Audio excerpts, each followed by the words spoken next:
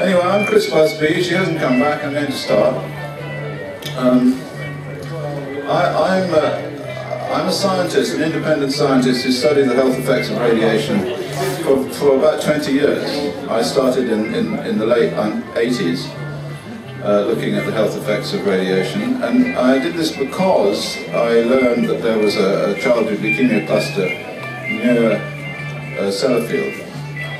And the government had various inquiries and set up various committees, and these inquiries found, and the committees agreed, that it couldn't be the radiation that was causing the childhood cancer. Now that seemed to me to be, as a physical chemist and just as a person, just as a human being who can apply logic, that seemed to me highly unlikely, since we know that radiation causes childhood leukemia. It's the main known cause.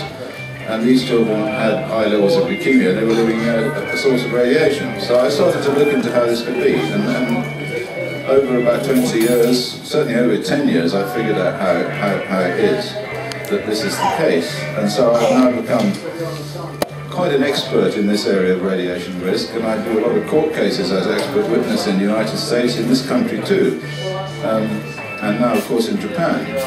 One of the court cases I'm doing at the moment in this country is the nuclear test veterans, who are people who were exposed to radiation at the time of the nuclear atomic tests in Christmas Island and in Australia. And these guys were exposed to radiation. They had film badges, which are like little badges that tell you how much external radiation you get exposed to. But they were exposed to internal radiation. I'll say a bit about that, because it's the internal radiation to these novel radioactive substances that are brewed up when uranium is split. Substances like strontium-90 and cesium-137 and plutonium-239. These things, which never existed on Earth prior to 1945, these substances are horrifyingly dangerous when they get inside the body. But the problem is that the current radiation risk model that is applied by all governments all over the world doesn't concede this. It bases its analysis on the health effects of Japanese people who were out in the open when the Hiroshima bomb went off. Many of them, of course, were just blown to pieces. But those people who weren't blown to pieces have been studied in what's called the lifespan study. And effectively, the way in which radiation is assessed by the organizations that assess it in all of the countries of the world now is by looking at the numbers of cancers that are that have developed in the lifetime of those people who were exposed to radiation at Hiroshima and Nagasaki. There is a problem with that. Actually, I'm going to talk in two parts. The first part, I'm going to talk about radiation and health generally, because in order to understand Fukushima, we have to know a bit about radiation and health and a bit about radiation and what it is. So to come back to the Hiroshima and Nagasaki situation, the people who've been studied, and the end point in these people is cancer. They are people who were out in the open at the time of the bomb, and the bomb, you can imagine, was like an enormous flash bulb, so there was a big flash of light, except that it wasn't light, it was radiation, it was gamma radiation. And if you like to think about it, all of the cells in their body were bathed in gamma radiation, so the dose, the amount of energy transferred to each cell was the same.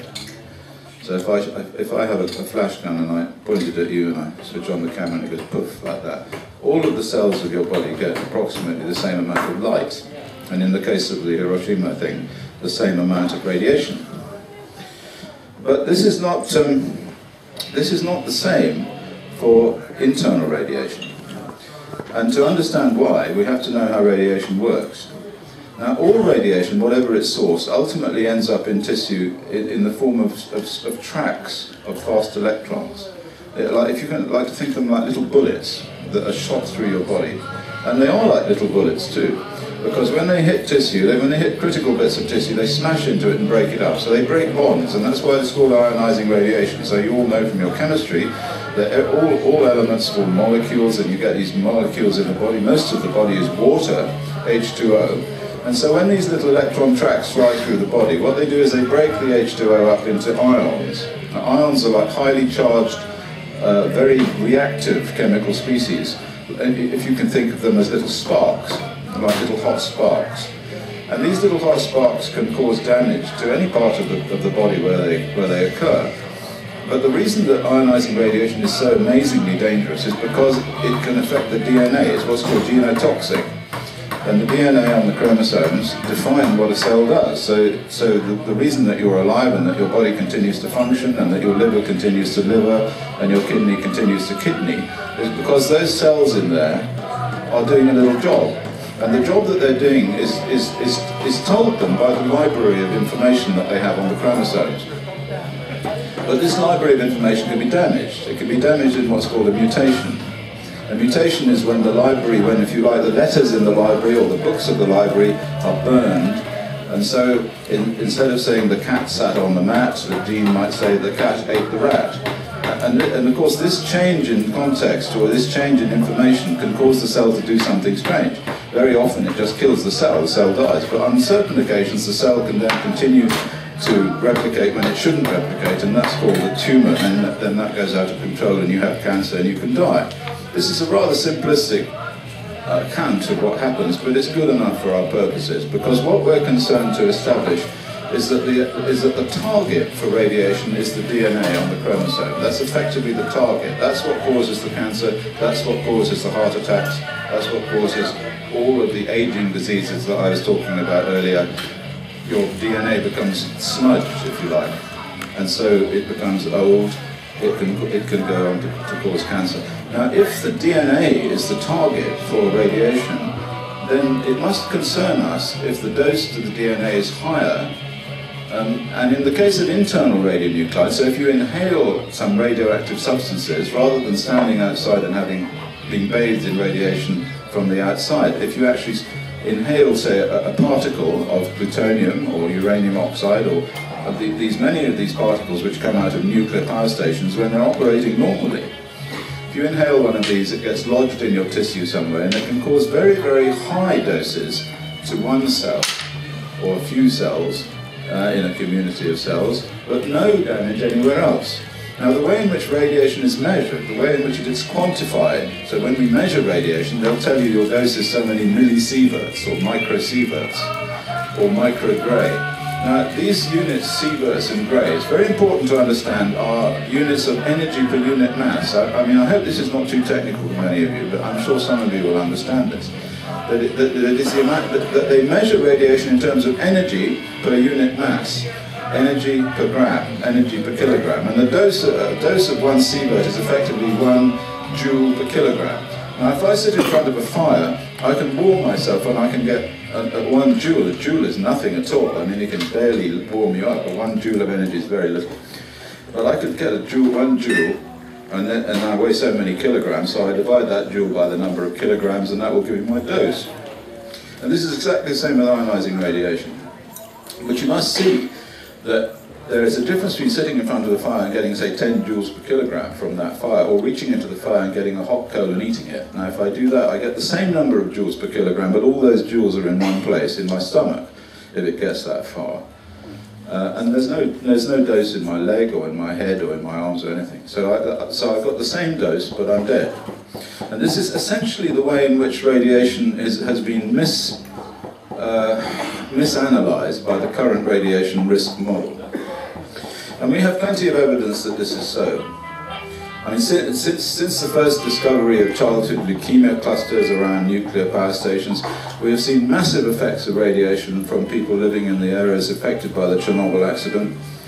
And I myself have done work, epidemiological work, in Iraq, where in Fallujah, for example, there was use of a lot of uranium, and we studied the children there and the parents there, and we found massive increases in disease there from what would be construed as really, really small doses. And so once again we're in an area where the authorities, in this case the military, argue that they can continue to use uranium because the dose is very low. But of course the dose from the particles of uranium that get inside you are very high to the tissue that they are close to. So we found, for instance, in Fallujah, we found a 37-fold increase in leukemia in the age group 0 to 30, 0 to 34. We found huge increases in breast cancer in women, We found increases in childhood cancer, we found increases in congenital anomaly and so on. And most recently, and we've got a paper now that's in the will be published soon, in which we measured uranium in the hair of the parents of children with congenital anomalies. So that's another example. Then we've looked at infant leukemia after Chernobyl in those children who were in the womb at the time of the Chernobyl accident. In 5 different countries in Europe, 5 different research groups have looked at children who were in the womb only at the time of the Chernobyl accident. So this is in Scotland, in Wales, in Germany, in Greece, in Belarus, and in Hungary, and in the United States too. And in all of these children, you find a sharp increase in infant leukemia only in that cohort, in that group who were in the womb at the time of the Chernobyl accident, and there's absolutely, therefore, no explanation for this apart from the fact that it was the radiation. So what I'm saying is that there's massive proof that the current radiation risk model, the one that's being applied to underpin the development of nuclear, the building of a new EDF power station at Hinkley Point and power stations all over this country. This risk model is in error, it's incorrect by a factor of between 500 and 1,000-fold. This is an enormous factor. Unbelievable that scientists should have got this wrong. And so the question is, have they got it wrong? Am I just a madman, a lone voice in the wilderness? What's going on? Well, in 1997, the Green Party asked the organisation who have set up, who have produced the current risk model, an organisation called the International Commission on Radiological Protection. They asked them to come to Brussels to discuss the European Directive on recycling nuclear waste into consumer goods. You may not know about this, but there is such a thing. It's called the Directive 96/29, and it allows the nuclear industry to take its nuclear waste and turn it into pots and pans and saucepans and spectacles and cars and anything you like. Not jewellery and not children's toys, you'd be glad to know. However, apart from that, they are allowed to more or less stick it anywhere. And so the Greens in the European Parliament asked me and a number of other people to come and talk about this, and they also invited this guy from ICRP. And at that time he said, well, because he got a lot of stick, as you can imagine, his name was Jack Valentin, and at the end of it he didn't quite burst into tears, but he said, look, you don't have to listen to the ICRP, you can have your own committee, you can listen to any committee you like. So at that time we thought, okay, we'll set up a committee.